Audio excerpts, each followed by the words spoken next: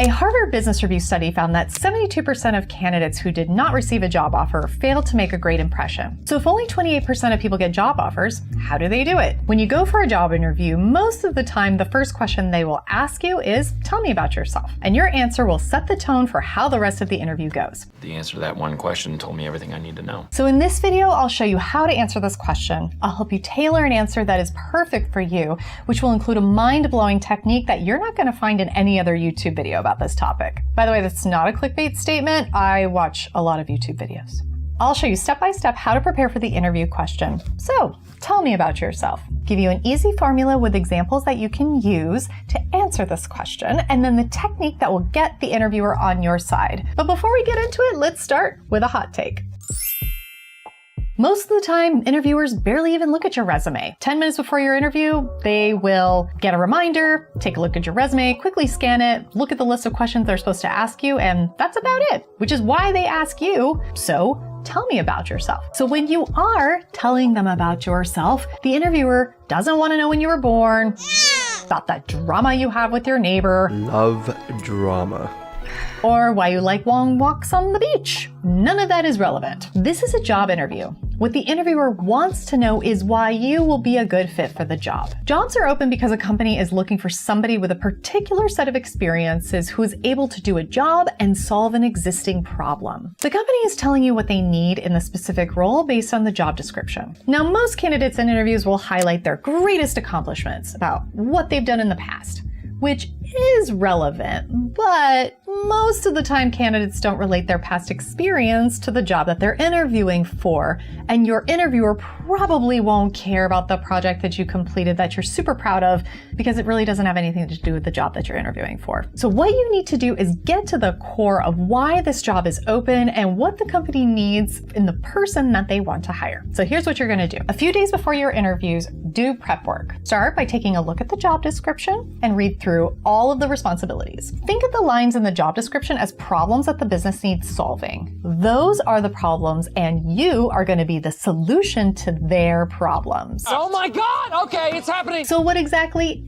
is the problem that you're trying to solve? Every business's biggest problem is not making enough money to run itself, pay its employees, and grow the business. What you have to do is to take a look at the job description through the eyes of a business owner to understand what the company actually needs. For example, if you're applying for a job as a front desk receptionist at a hair salon, and the job description says, answer all customers' questions and address their complaints. What does this mean? Let's break it down. Answer all customers' questions. So ask yourself, what's the problem here? If a receptionist can't answer a customer's questions, then that customer's going to get frustrated and take their business elsewhere. The business wants an employee who's going to come in, learn about how the salon operates, who the hairdressers and colorists are, how the business is run, what each person specializes in, know the products that the salon sells, and so on. So going back to the job description, the last part says, addresses their complaints. What are some common complaints at a hair salon? Probably not being able to get an appointment with their favorite stylist or getting a bad haircut. Now, if a customer can't get an appointment with their favorite stylist, they may go get their hair done somewhere else, and the business will lose money. Now, if the salon has a receptionist who can address the customer's complaints, then the customer will be happy and keep doing business at the salon. So now that we've broken down this sentence, look back into your work history and create a statement that talks about your past experience and how it can solve the problem the business is having. What you can say is, in my experience working as a receptionist at a salon, I've been able to quickly get to know the stylists and what they specialize in, so that when customers call asking for help deciding on who they should work with, I can quickly answer their questions. I also take inventory of products that we sell, and I make a list that I keep on my desk of all of the products and what the stylists charge for their services, so I can quickly answer customers' questions. I'm also excellent at keeping customers calm, especially on the phone when they can't get an appointment to see their favorite stylist. And I do that by asking questions to determine the best solution, like putting them on a wait list or asking the stylist if they can make an exception for this client, especially if it's a client they've worked with for a long time, so it doesn't damage the client customer relationship. Now, what if you're interviewing for a job and you don't have direct experience in that role? What you're going to do is you're going to talk about how you would approach solving those problems using the same methods that I mentioned before. When you as a candidate can clearly explain how you have the skills needed for the role, it makes it easier for a business to hire you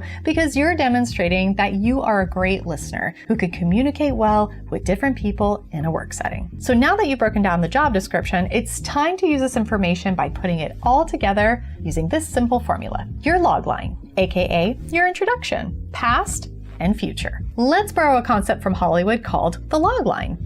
A logline is 1 or 2 sentences long, and it's a short description of a story of a movie that gives a basic idea about what it is in a few sentences. Think of it as a summary of the main points. So for example, the logline in The Lion King could be, after he wrongly takes the blame for his father's death, a lion cub grows up in exile and must return to his unlikely friends to reclaim the throne from his evil uncle.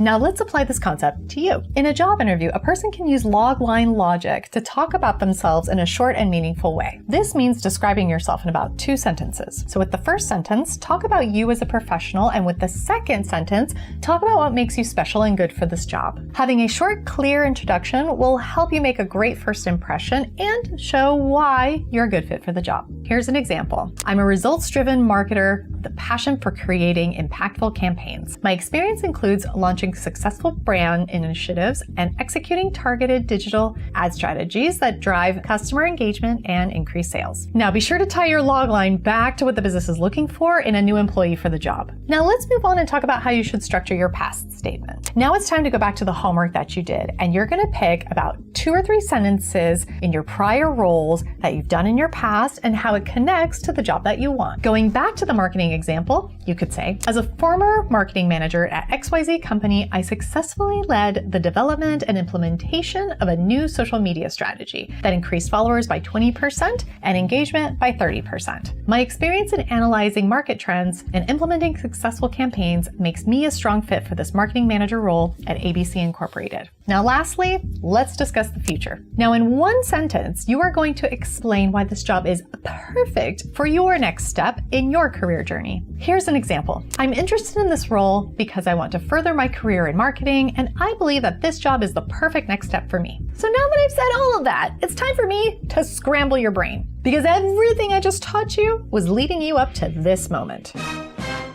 So all of this homework and crafting your answer was all so that I could tell you the following. Ready? Remember, at the beginning of an interview, you don't know exactly what the interviewer is trying to find out about you. And your goal is to increase your ability to land a job in the shortest amount of time possible. So here's the technique. After you've finished with your future statement, do not pause. Instead, say this. I'm excited to share more about myself during this interview. Given our limited time together, can you tell me what you'd like to learn most about me? That way I can make sure that I'm providing you with the information that is most relevant to you and this position. Interviewer mind blown. But you're not done yet. This is the most important thing you can do after you make this statement, and that is nothing. Absolutely nothing. Say nothing, do nothing. It's no hassle. All I'm saying. No, who's there? Shh. Because what you've just done is you've made the interviewer's head spin around inside, because most candidates don't do this. So you need to give your interviewer time to comprehend and process what you've just said. So stay silent and don't worry. I know it feels awkward. Fight the feeling to say something. Your interviewer will respond, and they'll either let you know what they want to learn more about you, or they'll say no, and then they'll just move on. Now, if you've enjoyed this video, give this a like and a subscribe. And if you want some tips on the biggest mistakes that I see in resumes, go ahead and check out the video prior to this one. Thanks for watching.